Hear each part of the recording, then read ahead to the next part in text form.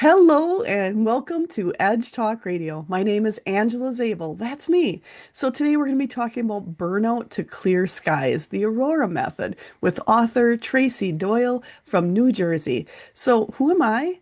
I am Angela Zabel. I have been connected to spirit working with the team in the non-physical my entire life, sharing messages with a multitude of realms with people. I am a teacher, coach, medium, radio show host, writer, retreat host, gallery reader, doing speaking engagements and offering guidance, mediumship, intuition, and the online and with also online and private group sessions and classes and the Amplified Universe monthly membership. This is a group growing our connection to us, our world, all that is around us, and what we can do to help our role in the world. We are also sharing knowledge with others, working with people throughout the world. And you can find me pretty much anywhere. Go to my website, angelazabel.com, and then check out all my social media from there. And today we are here. I'm going to try to get this in thing here. So we are here with Edge Magazine. Edge Magazine is the leading events and media resource dedicated to all aspects of holistic living, health, wellness, and the mysteries beyond, sharing information, wisdom, and resources, committed to promoting our collective journey to wholeness and balance for businesses, organizations, and individuals. They're currently distributed in 30 states and Canada with a whole 17,000 magazines per printing. It also has a vibrant online magazine with over 42,000 people reached per month. You can have the magazine shipped to your door, stay up to date with their newsletter, become a drop spot if you want to have it in your business. And you can also check out Kelly Wagner on the Being Curious show, and you can find out more at edgemagazine.net. And today we are here with Tracy Doyle, and she is a national recognized entrepreneur, author, and emotional wellness advocate whose life's work bridges the worlds of business, success, and personal transformation. After building a multi-million-dollar medical communications company and earning regional accolades like the Ernst & Young Entrepreneur of the Year Award, Tracy faced a breaking point. Emotional burnout. This personal crisis became the catalyst for her transformation and the creation of the Aurora Method, and I'm definitely looking forward to getting into this. She is also the author of Life Storms, Finding Your Clear Sky. Tracy helps high-achieving professional women overcome burnout, reshape limiting beliefs, and reconnect to themselves and others so that they can lead with calm, clarity, and confidence. Through her book, masterclasses, and 8-week course, Tracy empowers women to break free from the patterns keeping them stuck so they can lead their lives with calm, clarity, and confidence, reminding them that no matter how turbulent life feels, clear skies are always within reach. So you can uncover more of the hidden drivers of emotional burnout. Tracy also has a 90-minute free webinar, and you can check out more on that. There'll be links below, and that will be at Tracy Doyle Life /burnout webinar option, and that's down below. She is also on LinkedIn, Facebook, Instagram, and remember, she has her Aurora Method Academy, an 8-week course to help participants complete and apply the Aurora methods to their lives, and the Life Storms, Finding Your Clear Sky. And you can check out her website, and I'm going to spell it for those who are listening, is tracydoyle.life. It's TracyDoyle.life. And I can't wait for you to check out more about Tracy and everything she has to offer. And Tracy, thank you so much for being here. I am so excited to have you here. And I've got to ask, how did you get started and what was your breaking point to do the catalyst for the change in your life? Oh, well, first, Angela, thank you, thank you, thank you. And I just am so honored to be here today. Burnout for me is a signal, right? And it was something that, when you think about burnout, it starts out feeling like stress, then you start to feel overwhelmed, and you're getting signals all along the way. But most of us with burnout, we ignore it. And then the next thing that starts to happen is it feels like you're at odds with everyone and everything, and no one gets you. No one understands you. You're in conflict. And then what starts to happen is we either implode on the inside or we start to explode on the outside where we're snapping and we're frustrated. I grew up believing that I had to sacrifice myself for my family. I came from a mom who had me, as a teenager. She was mentally ill, and back then, they didn't know what mental illness was. And so, my mom just struggled with, sort of doing two things, parenting and working and trying to be independent. And so it was very difficult. And sadly, she made some bad choices with that. So at a young age, I grew up believing I had to sacrifice myself for my job. I'm sorry, for my Mm. family, for my job, and ultimately for my relationship. And that sacrifice, because I assumed a caretaker role at a young age for my mom and for my siblings, that really just led me to this place where this is the breaking point now. I can remember it like it was yesterday. It was December 21st. It was 1999. Well, I was, a senior director at work at this point. I hadn't started my business yet. I was responsible for my mom because my grandmother, when I was 25, said, like, you need to take care of your mom now, not me anymore. And wow. then I was responsible for my sister's kids because my sister had the same disability as my mom, and she was beginning to have children. So all of this stuff started to pile on. So that's where the overwhelm started to happen. But meanwhile, I'm a high achiever, right? Because as a person being the first in my family to go to school, um, and I saw my respite being school, getting away from all the chaos at home because there's many complexities there. I'm big job, big responsibility, and here I am getting ready for work, and I get a glimpse of myself in the mirror, and Mm. my eyes are hollow, my spirit's dim, and I didn't even recognize myself because I just look so empty and depleted, you know. And inside my head, the argument starts, like, I start, that resentment starts to build, right? And I'm fighting Mm. with myself, and I'm done. I'm done, and I'm getting all worked up, I'm done taking care of my mentally ill mom. And it's getting louder and louder. I'm done being responsible for my sister's kids. I'm done being stretched in every single direction at work. I'm done being the Yeah. fixer. The diatribe is happening, and then it's like, I'm done fighting with everyone and everything. I'm done. And, inside my head, it was like, if I got good and drunk, maybe I'd crash the car, Yeah. you know? And if I crashed the car, no one would know that I did it on purpose because I was the woman who managed it all for everybody.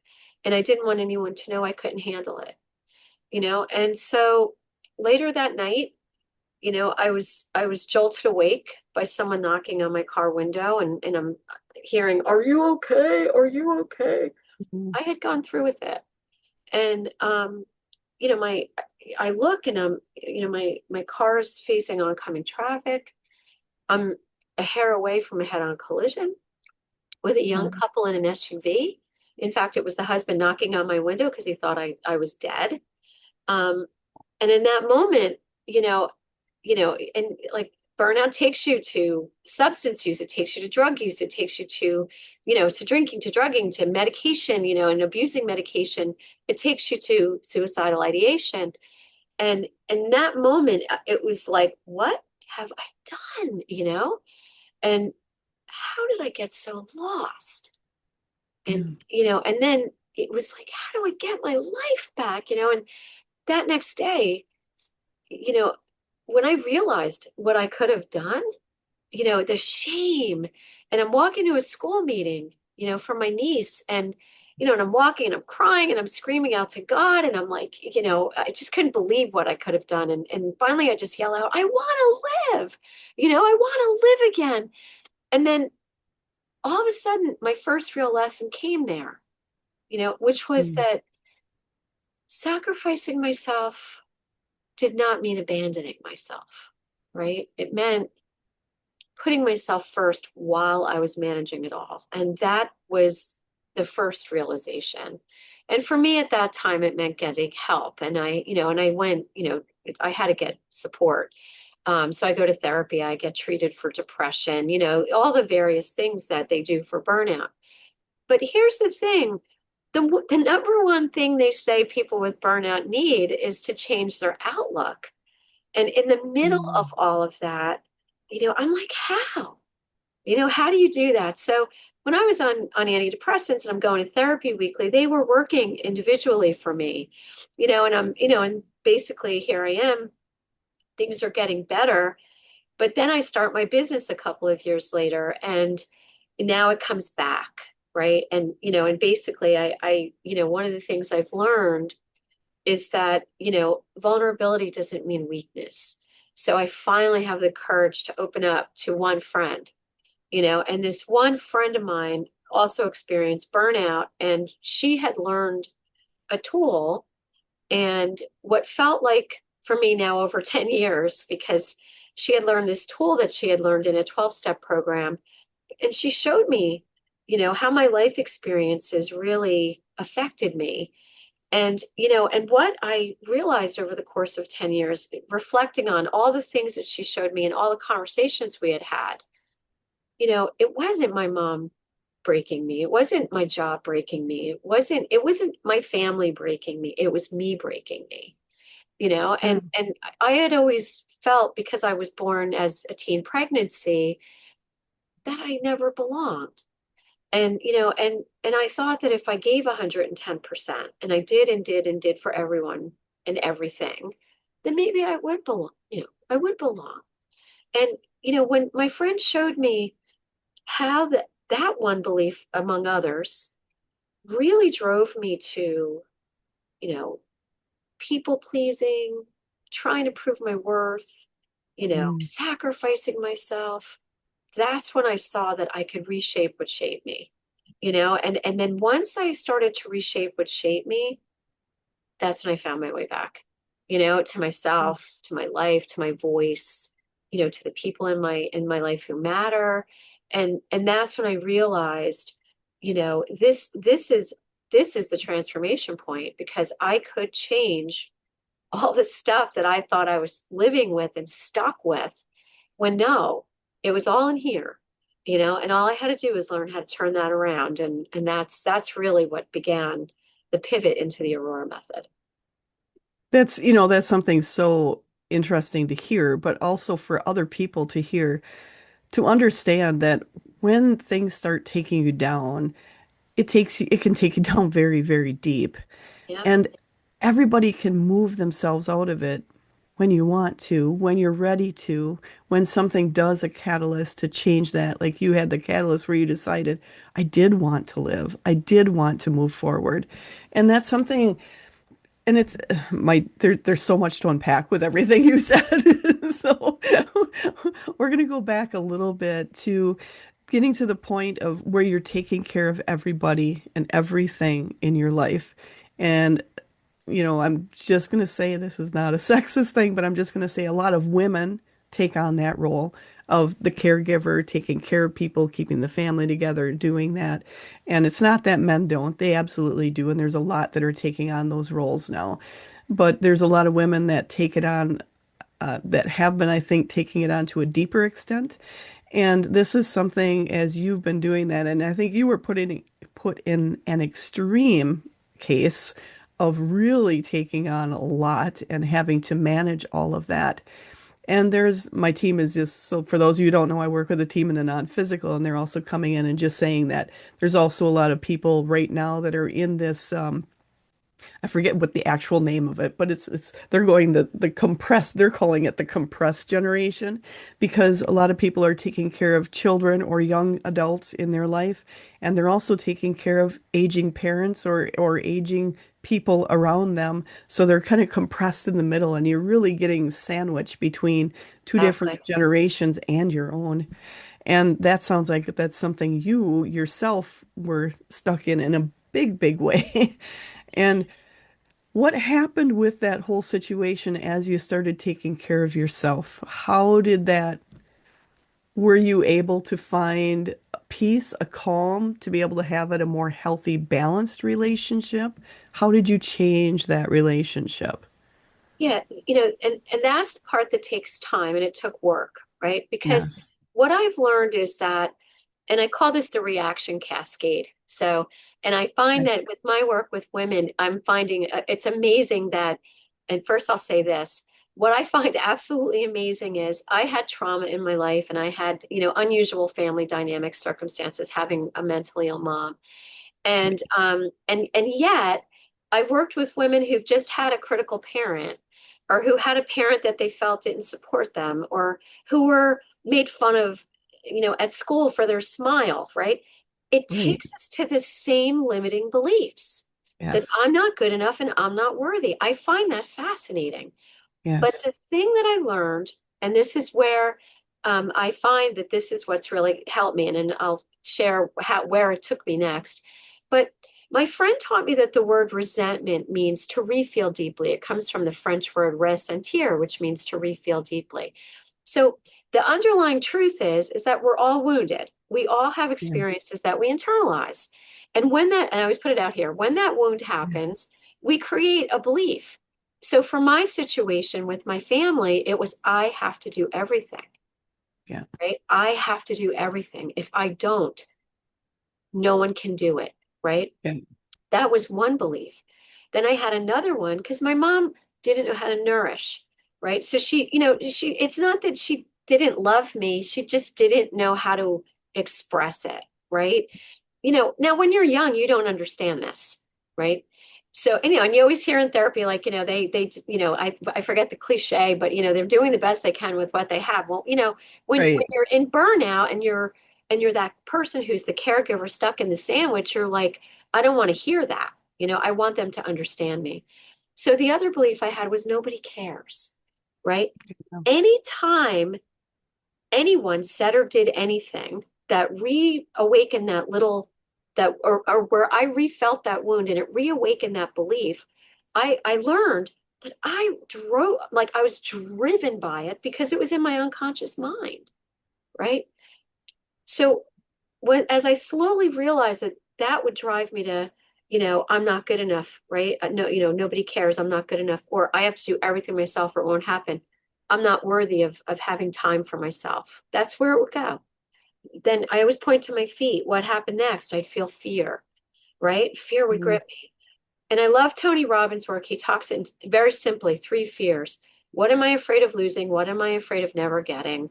What am I afraid of being less than or getting less than I desire? So it's lost, less, and never. Yeah. When that would happen, it was like a tsunami that would come in. And I call this the city of limitation. You can see I'm in between my two ears, right? Because then the Yes. city of limitation starts. And so on the one hand, if I would refeel something, I might get I might become self-seeking. So Mm. I like this idea of self-centered thinking as the city of limitation because self-seeking means I want to get validation. I'm going to keep doing it until I do it. So I'm going to people please until you finally tell me I'm good enough. Right. Yes. Right. Yes. And so with my mother, I would just keep doing and doing and doing, but yet nobody cares. You know what I mean?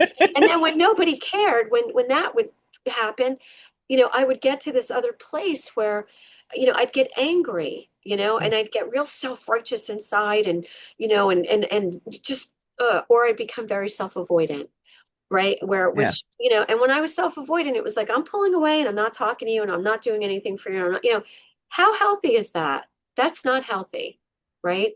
But it's a So survival mechanism in the it moment. is, but a lot of us do it. No Yes. matter how severe the wounds are, we go to this place and we all have different traits. And so the Aurora method helps us name those traits, right? Because when we see them, we can name them. When we name them, we can change them. So when I started to see this, and I realized that if I'm stuck inside the city of limitation, I can't get out, but you can't get in, right? So Yeah.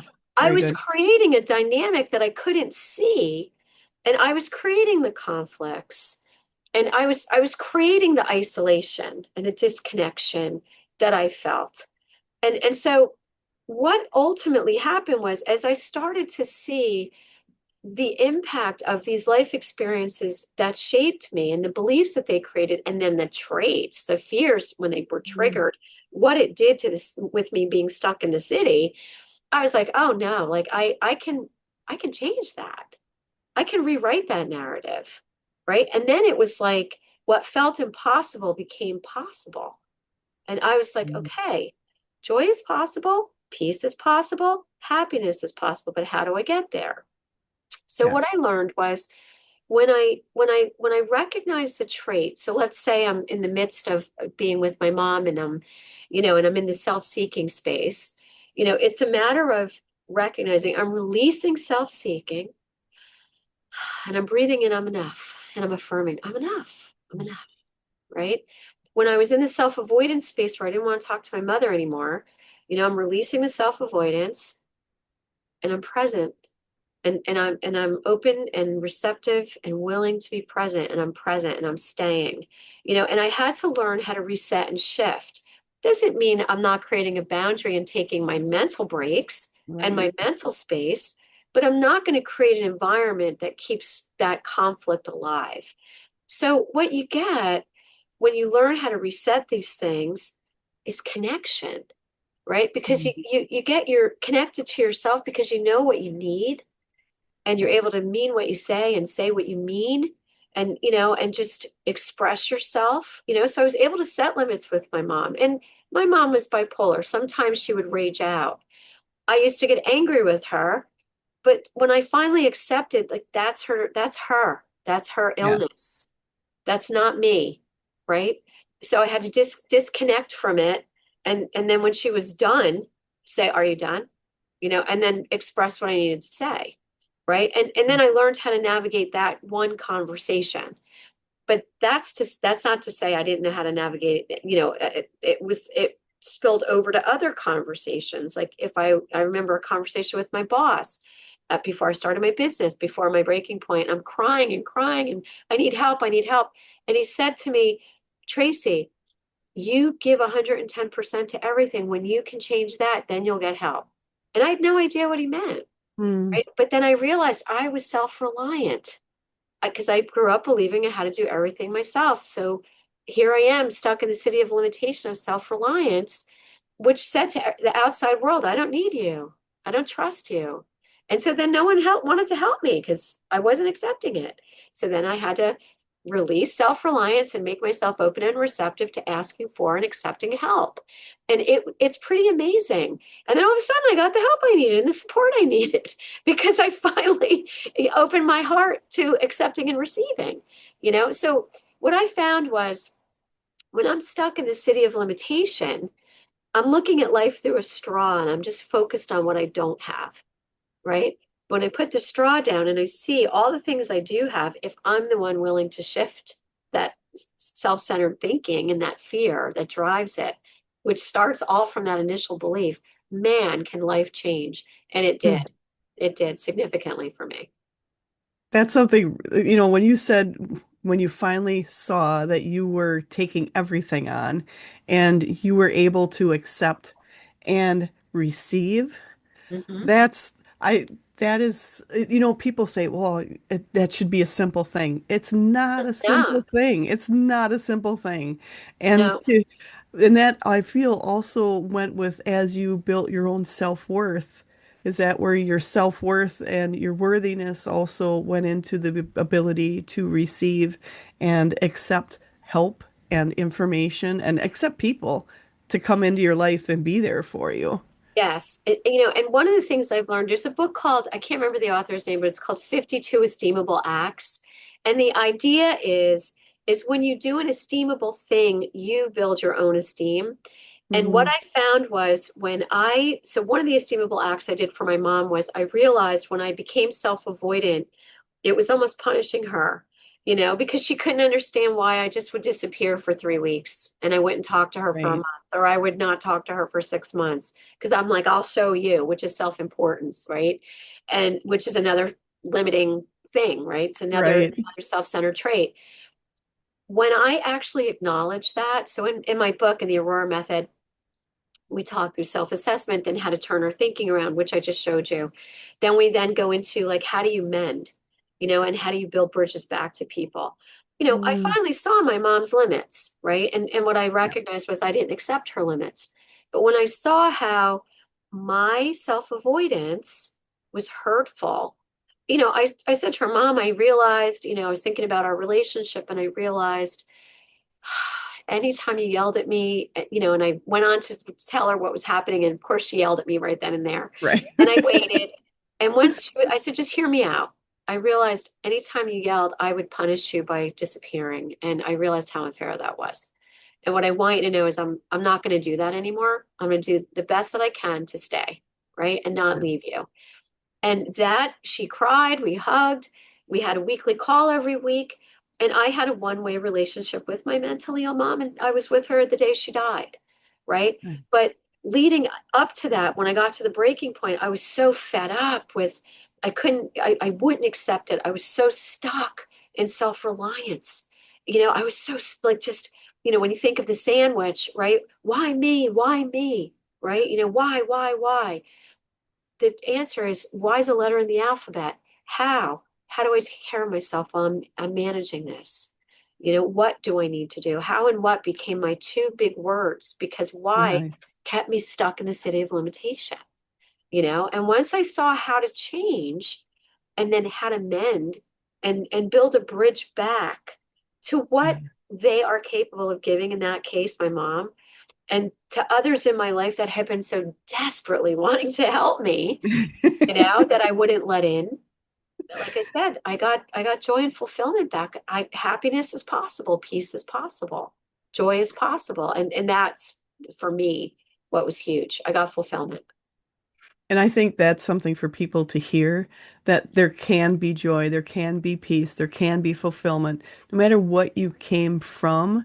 And I like how you kind of changed things around and started looking at not the why, but how you can handle it from there. What can you do? How can you change it? Because a lot of times, and I'm getting a little niggle from my team too. They're saying there are a lot of times all of you have very challenging people or situations in your life. And when you're looking at it, why did I bring this in? Instead of Hmm. going, how can I handle it? It Hmm. changes the whole dynamic. And you have, and to realize when you have people in your life that are challenging, a lot of times they don't even know they're that challenging. They have no idea what they're doing, but you're taking on all that emotion and you're helping people so much by having this in the book and having all this information there and talking and speaking about what you went through to show you can come out the other side and be happy and be joyful and have see the sun again. And they're just it's just like the brightness on you, and they're just saying the brightness. A lot of people don't see that, and when you start going down that rabbit hole of self-pity a lot of times Hmm. because like what did I do to deserve this life? Exactly. I was so stuck in self-pity. And, and it kept me, I mean, to me, that self-pity is what took me to the breaking point Yeah. because it was poor me, poor me, poor me, rather than just looking at, when I look at my life, like, okay, where am I here? What was my purpose? And when I really got real deep with myself, which was I could have died. And where would they have been without me? Like I always go back in my book, I write, I love, oldies, so, It's a Wonderful Life is always it's an oldie and a Love goodie at that one. Christmas. But I love that movie because, the lesson that I reflected on was when he saw what the people in his life looked like without him, and he was also at that breaking point himself of feeling like he sacrificed himself for his family, and he wasn't ever going to get whatever he wanted, and that's how I felt, right? It was Yeah. that self-pity. But when I finally realized that I was spared, essentially, I still to this day don't know how I survived that. And so when I looked at it as I was given the gift of life if I wanted it, and if I wanted to keep it, I had to get out of the city of limitation. And when I look, and I would, of course, at the time, I'm like, I don't know how, because I was just focused on all my life is horrible, and if you had my life, you would be like me too. And no, my life, yes, my life was challenging. I had challenges. I had difficult and complex situations, but I was equipped to deal with it if I leaned into it. right? And then when I finally leaned into it, that's when the opportunity opened itself for me to start a business. And then the reward that came was amazing. I always wanted to see the world, and all of a sudden I saw the world because I owned a business, and it afforded me the opportunity to travel across the world with our clients. And and I still pinch myself and say, wow, once I released myself from that city of limitation and I opened myself up, look what is there for me to do. And so, I look now at my life as service. Who was I chosen to serve, without that feeling of self-pity and anger, without that. And so that's sort of how I process the world today. I love that. And it's really moving yourself out of that because there's a lot of situations people are in that anybody would look at it and go, "Yeah, you deserve to have self-pity for yourself," There and it really and I'm want to say a little bit here. It really doesn't serve the people to be pitying on people because it kind of creates that whole energy of not having an option to move out, not saying you have choices because like you didn't think you had a choice. You had to do it your own self. You had to do this. And then starting to realize you do have choices on how you do it. That's huge. It's That's huge. huge. It is so huge. And that's the thing. That's why I call it the city of limitation. Because, we hold ourselves back, but we think it's I always talk about this when I talk about burnout. We think it's a them problem or it's an us problem. So, but when we get to that place of, is it possible that it's not them and it's not us, meaning my husband or my wife? It's not that, but it could be a me problem. To me, when I finally got to the place of it, could it be coming from me? And of course, I didn't want it to be coming from me because I didn't want to be accountable to it. But Right. once I became accountable to how my beliefs were driving me to this place, to the point of near death, right? It's where it took me, you know, and staying stuck in negative, and then I started Yeah. to realize I'm like, there's experiences that created positive beliefs and there's experiences that created negative beliefs. How do I Yes. move from negative to positive? And that's when I realized, that's why now it's like with the Aurora method, what we do is I have a tool called, we do the self-assessment, as I said, then we do an exercise. It's a series of them called the turnaround. But then we build what I call the life storm navigator, which is how do we think and do the opposite, right? Yeah. And then we start to practice manifesting change. And then once we get pretty comfortable with that, we start moving into mending and building those bridges back. And but then when you're done with it, a lot of people think, okay, check, check, and check, I'm done. And what I've realized is our beliefs are internalized. We're Yeah. hardwired. So with practice, we can rewire, right? And so that's where, the Aurora method teaches us what daily practice looks like. And it's, 5, 10 minutes every night and every morning. It's amazing. I love that. And I love the fact that, you brought up the fact of what if the problem is me? I was like, if there's a lot of chaos going around you, what if you're the common denominator to it and taking responsibility for that? But I've got to say, I was in some of the same spaces where then I had to look at, I'm the common denominator. I'm the one that has to change. But then I just want to ask you a little bit because I went through where I started feeling like, man, I'm the happiest I've ever been. I'm feeling so much joy. This is great. It's great to love life again. But then I had some moments in there of like, why didn't I change it earlier? I could have had a lot happier life a lot earlier. Did you go through that I also? did, I did, I did. And I wished I had known then, what I know now, because and honestly, that's what motivated me to write my book. I was in the process of there's a few things there. I was in the process of selling my business, and I'm like, what do I do next? Because I had made a decision I wanted to exit. I didn't know how. So, of course, when you go through that process and you look at what skills you have and what you don't, I ultimately sort of handed the reins over to someone who knew how. But then, as over the years, when I had gone through my burnout experience, I started mentoring other professional women. I was in the pharmaceutical industry, so there's a lot of burnout there. Oh, And yeah. so just various executives and different people.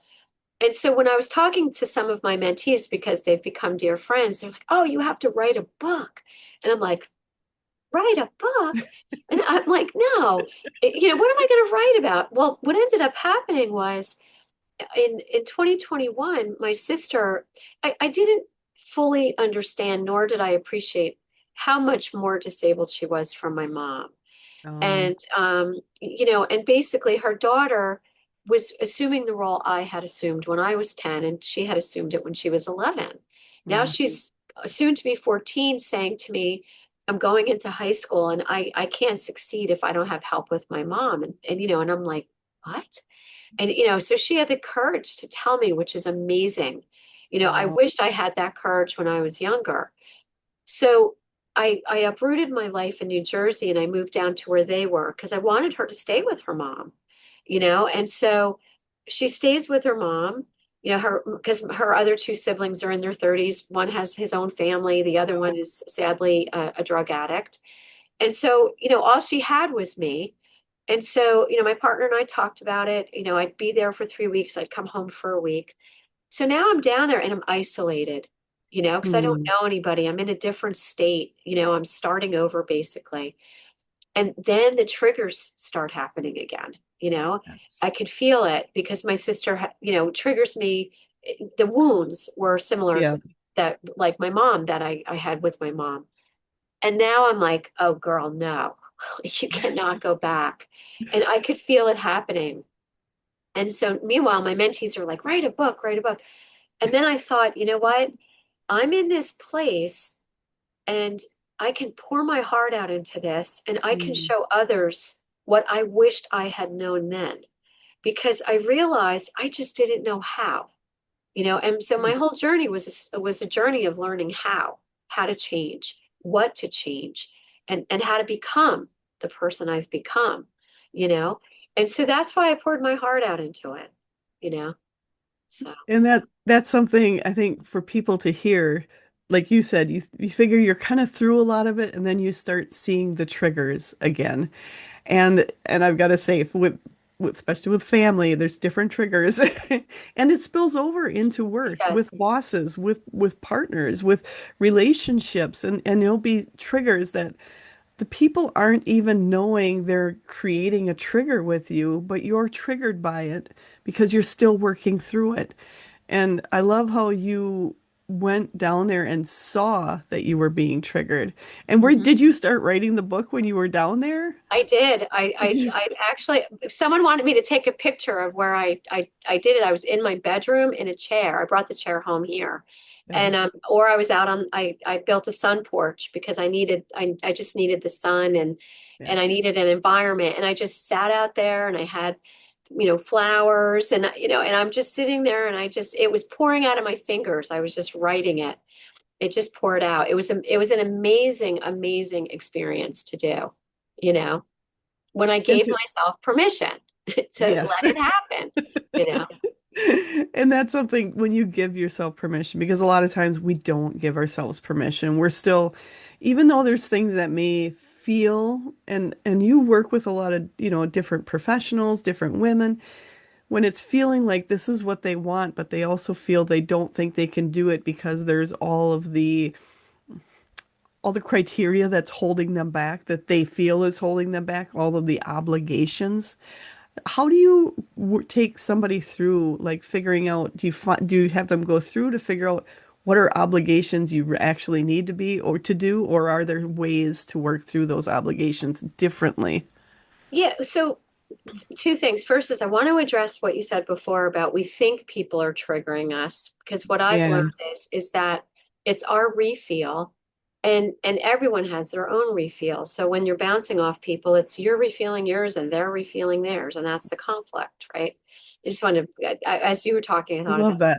that. But in terms of how do I help people? So, one of the things I've learned is when you're burned out, when you feel like you have to do more work, you're like, I can't. I just don't have the capacity.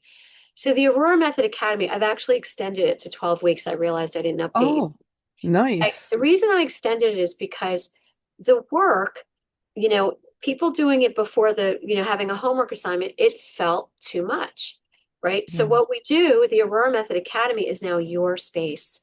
That's what it's about. It's having 90 minutes to you. And yes, there's some teaching in there. And then I show them how to do the work, and they have quiet time to do the work, and they start to get in touch with stuff. Now, from there, once they get their own ahas, there's a couple things that can happen there.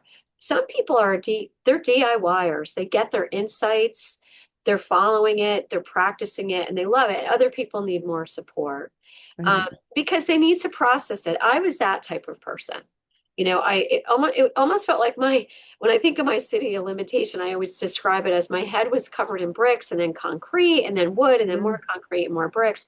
I just couldn't break through on my own, and I needed guidance. And I Yeah. had a lot of help, but my one friend became like my life storm buddy.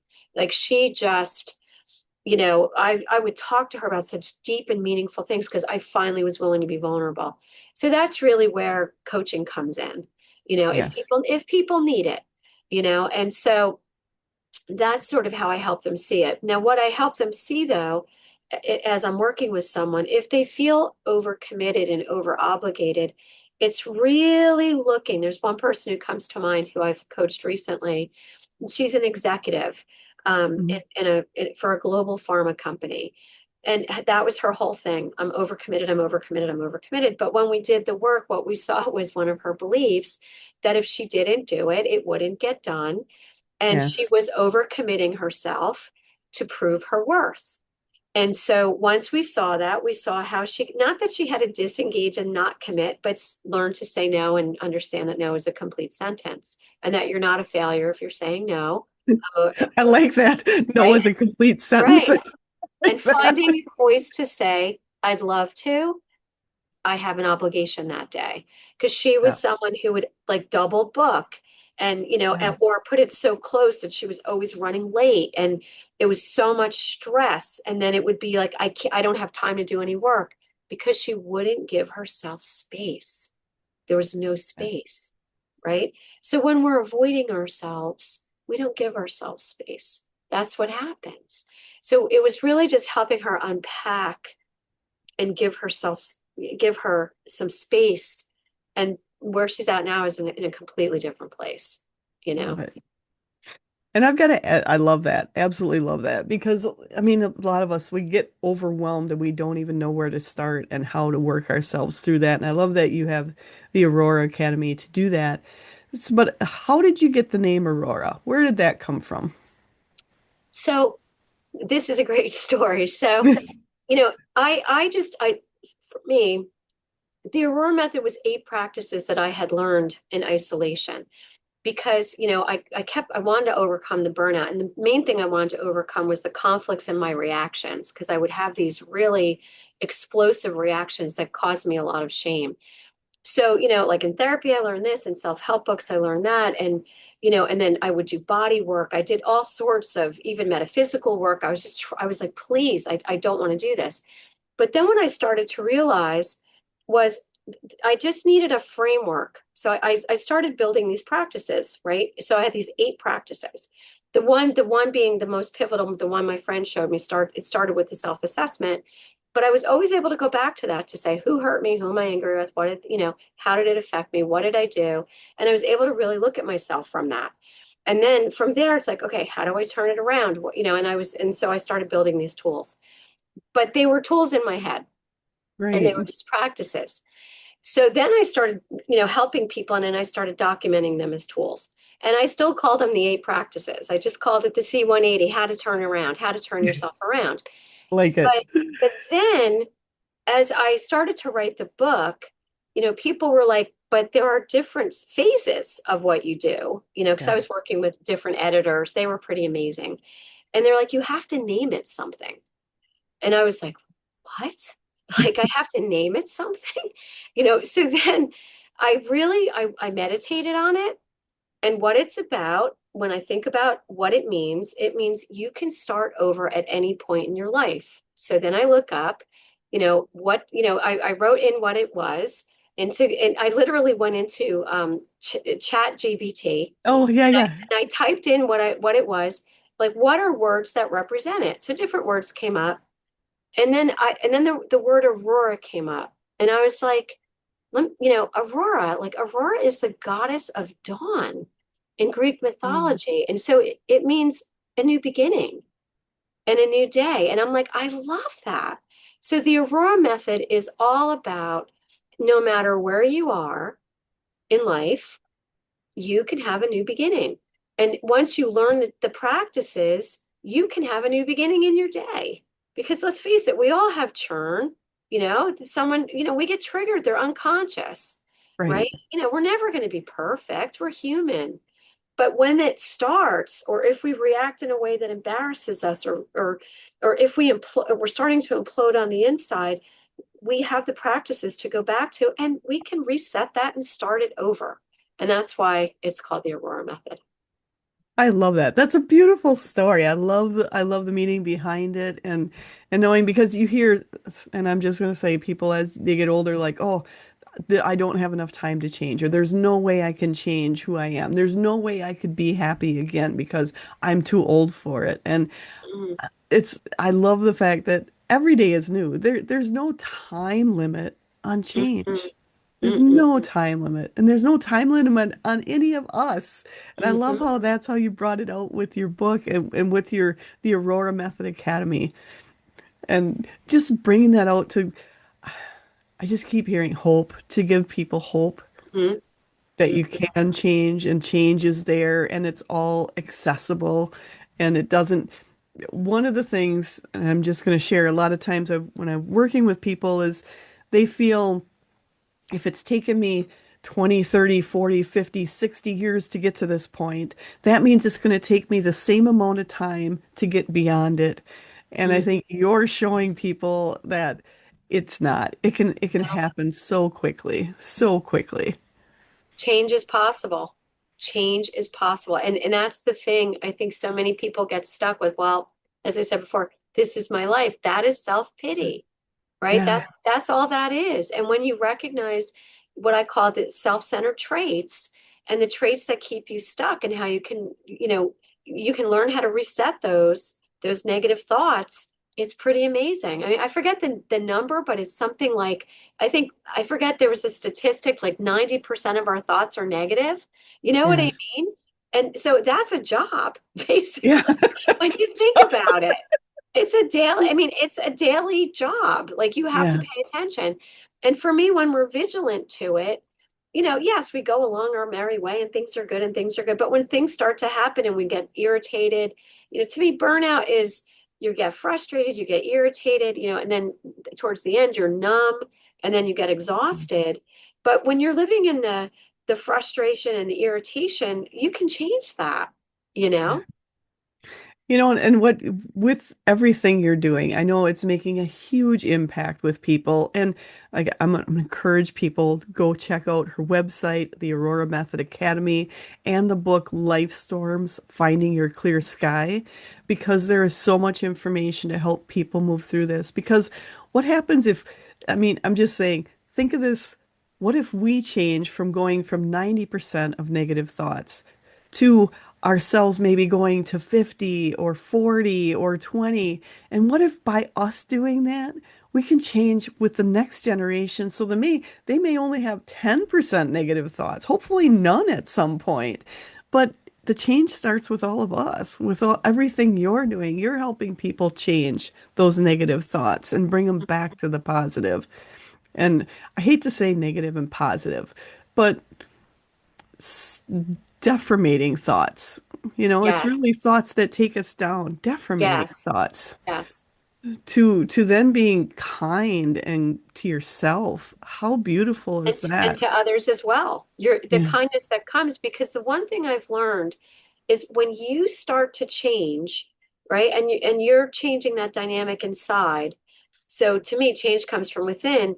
But what's happening on the outside is you start to think they're changing, but they're not. They're just responding differently to you. So we're responsible for changing those dynamics. And what I found is most people think it takes two to change, right? Right. But in my experience, one person can create that ripple effect of change. and that's where the hope comes in because I've coached many women who they're like, it's never going to change, Yeah. and my boss is never going to change. My sister's never going, like, it's never going to get better. And, and that's just nothing but a never fear. Right. So, Right. and then as you start to Never fear. unpack that, and it's what I do. I help them unpack those because that's another negative thought. It's Yeah. driven by fear, right? So it's an ever fear. So once we work through that, it's like, okay, well, what can we do? And each person's different. Each Right. person has their own unique thing. And that's the one thing I do want to emphasize because the Aurora Method is really a personal journey and it's a personalized mindfulness practice and program for you, right? It's not do what I say, right? And I know, and that for me, that was another thing. Like as I was working through it early in, I would take affirmations that people would give me, but they didn't resonate with me. Right. I mean, it's, because it's like you don't have my life. So Right. they would feel like, they would like just roll off, like, like a, like Teflon, like Yeah. when you put something in a nonstick pan, like it would just roll off me. But when I learned things like a never fear, where I'd say I'm releasing fear and, and I'm receiving calm, I'm centered, and I'd affirm I'm centered and I'm calm and all is well. That worked because that's Yeah. what I needed in that moment. You know what I mean? And I have all different ones now. Like now Right. they happen as they're happening. And because I've adopted it so much into my life that I'm constantly doing it. And Yeah. so to your point, I do get stuck in negativity at times, but gosh, it was daily before. And now I can, it might be a few times a month. Wow, that is amazing. You know, That's huge. And you're moving yourself out of it quickly because you can now recognize it. You have the tools to be able to release it to move forward.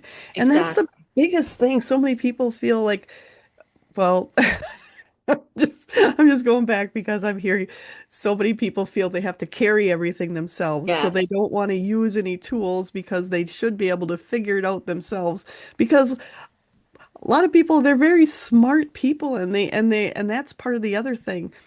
They maybe are very smart people. A lot of times those smart people have been told that they're not smart to try to keep them under control, but also, and by others in the family and around them. But to know that inside they're thinking, I'm smart, I should be able to figure this out their own myself. As the 110, you give 110%. You think you can do it yourself.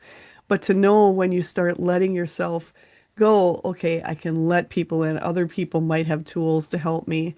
That's the key to healing, the key to moving forward, the key to all of us working together. So important. That is my experience. When I let others guide me and show me and share their wisdom with me, so much was possible. Yeah. And that's why the way I structured the book, it's a guide, really. And the way I storytell in it is I'm just, I'm bearing my soul in there so people can see how my life experiences shape me, not to get into a diatribe about some of the trauma I experienced, but to show when I get into the work, to show how it affected me, how did I respond to it? What did I do? And how it replayed in my life. And I couldn't even see it. Right. And then how it held me back, and I'm thinking, well, that this happened. That's why I call it jading. I always wear jade bracelet to remind Oh, myself. But jading is it's always justifying why I did what I did or justifying why it oh, was the way it was and arguing with you in terms of why what I did was the right thing anyway and defending my choices, which were yeah. bad, and then explaining. I would always explain myself. And that didn't bring change. That did not bring change. And what brought change was really seeing what I could do, and how I could release things. And then as I did, like I said, I started to change myself and I started to see the dynamics of my relationships change. And that, that's the other part of this is it's seeing yourself differently Hmm. from who you were before. And sometimes that can take you down a path that might be a little hard to handle. And I love the fact that with you in the book and the Aurora Method Academy, you're able to help people who are ready for the change. Yes. You're there to be the tool to help them through that. And it sounds like an amazing process. How It does the is. Aurora Method Academy work? Is this like an online Zoom? Is it individual? Is it a downloadable? How does that So, work? so it's a group program. The reason is because so many of us are so isolated Mm, that I want to bring us together, and so that we can at least, what I always encourage is at the end is to pick a life storm buddy, right? So someone who's you're keeping yourself accountable to. How am I doing with the self-centered traits? How did my day go? How did I handle it? Not to get together and just vomit all the negative, right? right. It's all about how am I shifting to the positive, right? So Huge. the way the academy works is it's a workshop style course. So it's a series of workshop exercises. I take them through the method. As I said, I had to extend it because at first I was teaching it, and what I found was people were overwhelmed on the outside. So I wanted to give them that sacred space to have quiet time on the inside, inside the academy. So the way it works is we meet weekly. For 12 weeks, we have our various exercises that we do. There's active group coaching, there's small groups. At the completion of it, I encourage each person to identify someone, to get a life storm buddy. But beyond that, what we're offering is Aurora Circles, which really is a weekly accountability group. How did we do? What were our wins? What were our challenges so that we can keep talking about how to manifest these changes? Because change doesn't happen overnight.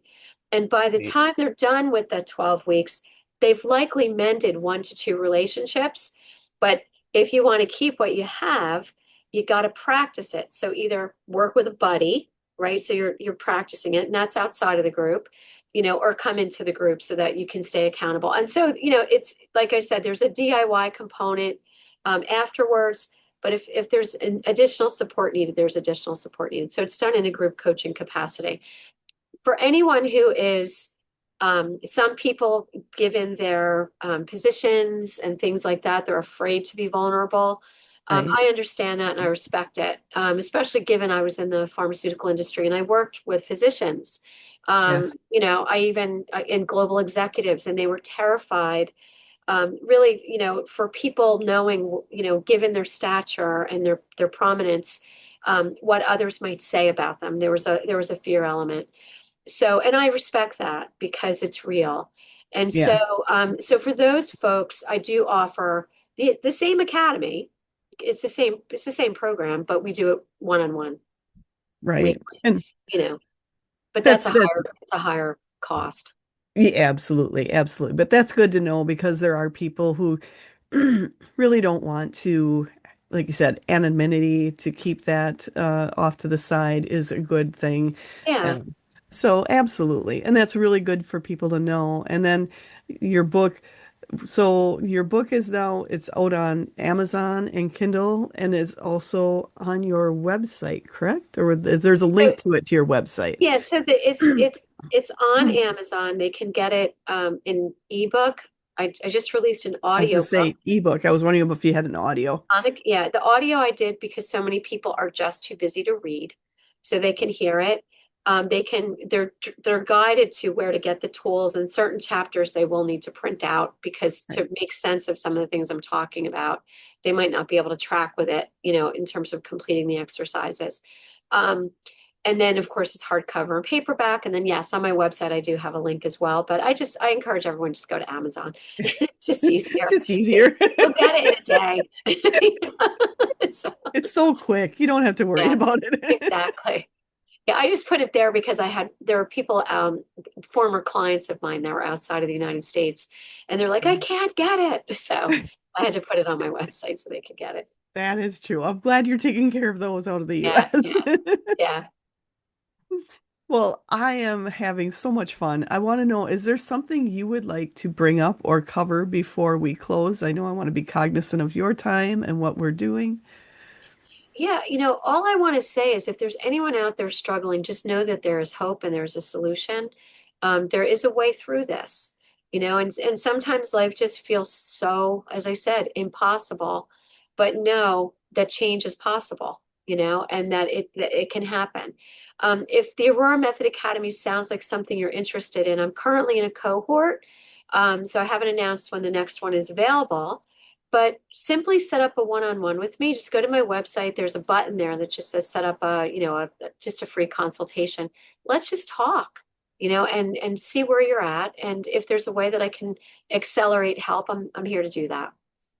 I love that. I love that. And this is, I keep hearing, I know we're kind of closing, but I got niggles from my team on the other side, and they just want to also kind of bring in a little bit more, maybe a little bit more in depth with when people are feeling that suicidal and those suicidal thoughts and bringing yourself coming out of there. And you had such an epiphany shortly after that really brought you through. And having the hope that people can move through it without having to take the drastic measures.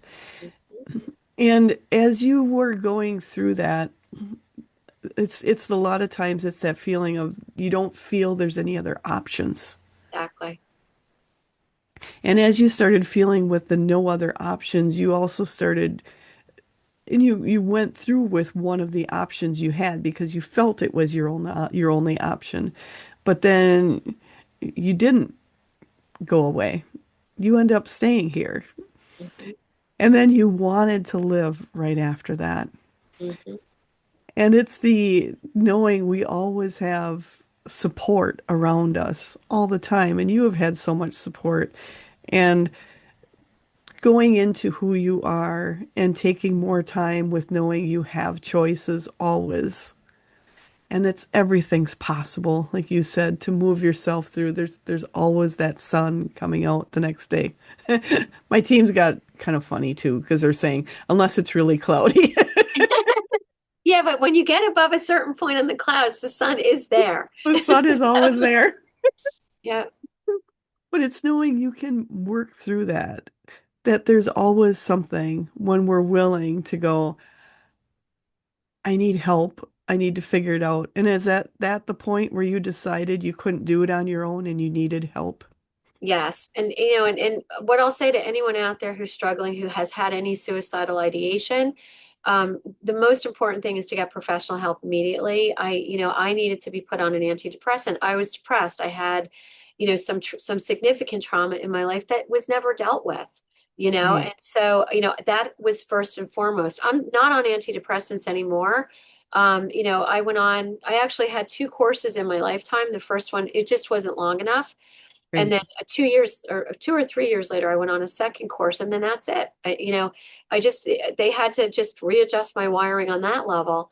But if anyone is thinking suicidally, it is so important to raise your hand and Mhm. let someone know. I mean, that's all it takes is letting one person in. And for me, I didn't, because I thought there was no one, and the truth was that wasn't true. That was my self-centered thinking, keeping me trapped and stuck inside that city of limitation, telling me no one cares. The truth is, so many people care. When you let them in and you let them know what's happening. So always, I'm a mental health and wellness advocate. Always get that right help first, and then know beyond that, if you can't afford therapy, there are other solutions, and so basically there are other ways to get the support that you need. And that's something so important for people to hear. And I like how you said you think nobody cares, but you don't realize how much people really do care. And stepping into that, and that's sometimes hard to know that people do care about you because a lot of times you get into a space where you think nobody does. Hmm. But there's so many people around, and even people you'd never think would Exactly. care more Exactly. deeply than you'd ever imagine. When I finally started talking about this, I really never talked about it. I kept it a big secret because I was so ashamed of it. So when I wrote the book is when I put it in there, and I couldn't even, Mhm. the editors wanted me to go in more depth, and I'm like, I gave enough, right? And now that I'm talking about it, it's gotten a lot easier to talk about. But, for me, it's like, when you finally let that out, because I was just so stuck with thinking like, no one's there. And then when I finally started to let it out and talk about it, so many people first who read it and other people in Mhm. my life now that they're hearing me talk about it on a podcast, they're like, I don't know what I would do if you weren't here, Yeah. and it's like, really? Like I mattered that much to you? I had no idea because I was so locked, drum tight in that city of limitation. So that's why I say when we can get past that city of limitation and recognize it, we can't get out of it and no one can get in it. It takes us to open that door, and and sort of break through it, like almost like chiseling out of an egg. you know? And it takes brave people because it was brave for you to write your story, to put that out to the world, to talk about it on podcasts now. It takes someone brave to stand up and say, this is what's happening. This is what had been going on in my life. Someone brave to stand up and say, this is my story. And to take all of that because, I mean, even years ago, it was a lot more than it is now. If you mention anything about suicide or mental illness in a family or abuse in a family, it would all be quieted down and nobody talked about it. But the true healing begins when people talk, when they bring it out into the open. So you can recognize the characteristics in the people around you and your own self to be able to work through a lot of the traumas people have endured themselves. Exactly. And to me, it's like, with suicidal thoughts, it's really just that place where, because you don't know where else to go and you don't Right. think you have anywhere else to go. But the truth is you do if you let someone in, you know what I mean? And you talk about it, like to your point. And it just means trusting. For me, it was trusting one friend. I let her in. That's all it took. I mean, and I had so many friends around me. I was Yeah. from the outside, I looked great. Everyone thought I was super successful. I'm the woman who managed it all. I did it all. I was a top high achieving performer, big title, right? That's what I look like on the outside. I looked untouchable because I made myself untouchable, right? I wouldn't Yeah. let anyone in. But when I finally did, wow, what what a game changer, you know? Absolutely. And I call it sometimes the shell of survival. You put this Yeah, shell up so you can yeah, survive and make yourself through. So it's learning not to criticize yourself for the shell you put up to survive to the point where you can start asking for help. yep, And exactly. it's huge. I just want to say thank you so much. You have lit up the world with all of your information, with sharing, with bringing that out. It's helping so many people on every level every day. I just keep hearing my team just wants you to know you're reaching people every day. People you never imagined are hearing it every day. You're making a difference. And Oh. so they show me pictures. I keep telling them, I wish you could take this picture and project it so everybody could see it. But what they're showing me is every time the book and the people you're reading, you're reaching, they're showing me all around the world light shining down and then those people lighting up. And it's just everywhere around the world being lit up because of your words and who you're reaching. So I want to thank you for all you've done to help so many people. It's Thank very you. much appreciated. I appreciate it. Well, Tracy, I want to say thank you so much for being on here. We've gone in a lot of different directions, but I think so well needed, and I appreciate you and all you bring to the world. And want to let Thank you. everybody know again, go to your website. It's tracydoyle.life. And those links will be down below. And then there also has the burnout webinar option to go on there to do the 90-minute free webinar. It's designed to help participants understand how internalized beliefs from unresolved life experiences affect how we think, how we feel, act, and contribute to burnout and relationship conflicts. I've got to say, this is so important right now because people just don't understand the triggers that are coming up for people everywhere. And we're tracing it back. And interesting, I keep hearing Your name is Tracy, and we're tracing it back. You've been tracing it back, so it's very, That's very cool. unique. But I want to thank you again. Thank you so much. And everybody, check out the Aurora Method Academy, Life Storms, Finding Your Clear Sky. Go to Amazon on that. And is there anything else you'd like to say just before we close, Tracy? No, just thank you, thank you, thank you. I really appreciate the opportunity. And as I said, if anyone's struggling out there, just know that there's another way. I There's a love it. there's a solution. Oh, I love it. Thank you so much. And thank you, Tracy, so much for sharing your knowledge, your time, your heart. And I also want to remind others to make sure to watch the next episodes of Edge Talk Radio. They are on the first and third Wednesdays of the month at 7 p.m. Central Standard Time. If you've missed any past episodes, no worries. You can go to they're on downloadable podcasts. They're also available on my YouTube channel, Edge Magazine's YouTube channel. So you can go there to catch any of the past episodes.